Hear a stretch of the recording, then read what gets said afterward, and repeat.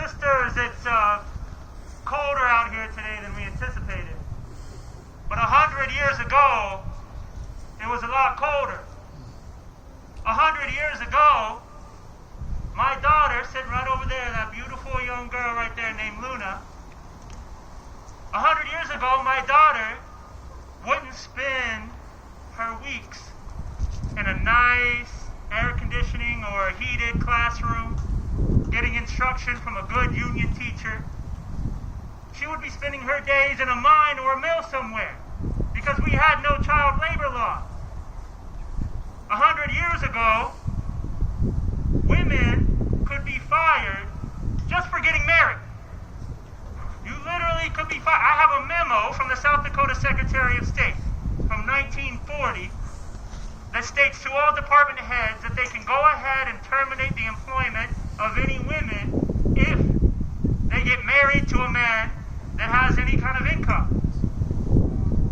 Brothers and sisters, 100 years ago, you could be fired or murdered because of the color of your skin here in South Dakota.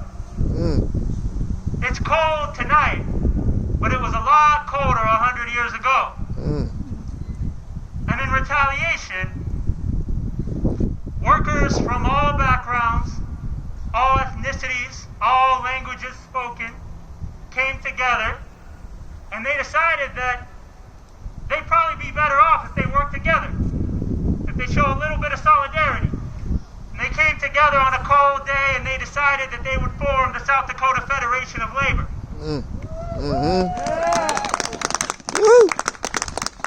Since that day, we have child labor laws. Since that day, we have minimum wage laws. Since that day, unions are legal organizations. Since that day, unions have led to the increase in women joining the workforce. In fact, we hear a lot. We hear a lot from around the world of women being paid less for doing the exact same job as a man. But I'll tell you that in South Dakota, union women get paid more on average for doing the same work that a non-union man does.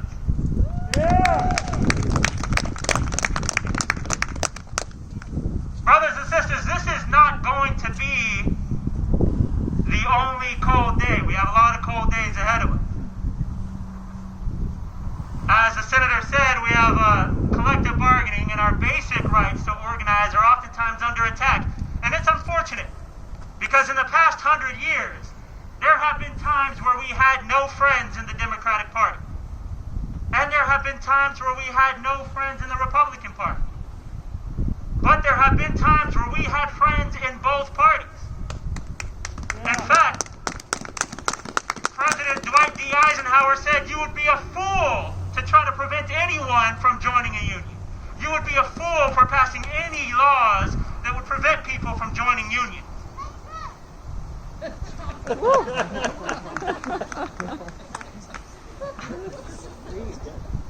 That was the Republican President Dwight D. Eisenhower. In fact, our prevailing wage law, known as Davis-Bacon, was passed by two Republicans that guarantees that anytime federal money goes into construction projects, that they have to pay the prevailing wage, they have to meet basic safety standards. But brothers and sisters, we have an uphill battle here. South Dakota, even before the pandemic, was 47th in the country in workplace safety. That's not What good. that means is that working people die at work at a rate that is high in South Dakota at a rate that is higher than twice the national average. That's not good. These are things that are easily fixable. They don't take a whole lot of money. They don't take a whole lot of investment. They take a couple swift movements of a pen to adopt some common sense legislation that can make our workplaces safer. And I'm going to do my damnedest at the state capitol to make sure we pass that legislation. Woo! Brothers and sisters, this has been a tough year for the working class. We've lost many many of our fellow co-workers, many of our brothers and sisters have died in the pandemic or as illnesses related to it. But let me tell you something. We faced a lot of cold winters.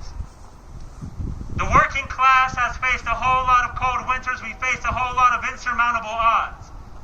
Not long ago, it was illegal to form a union. You could be shot and killed for even saying the word.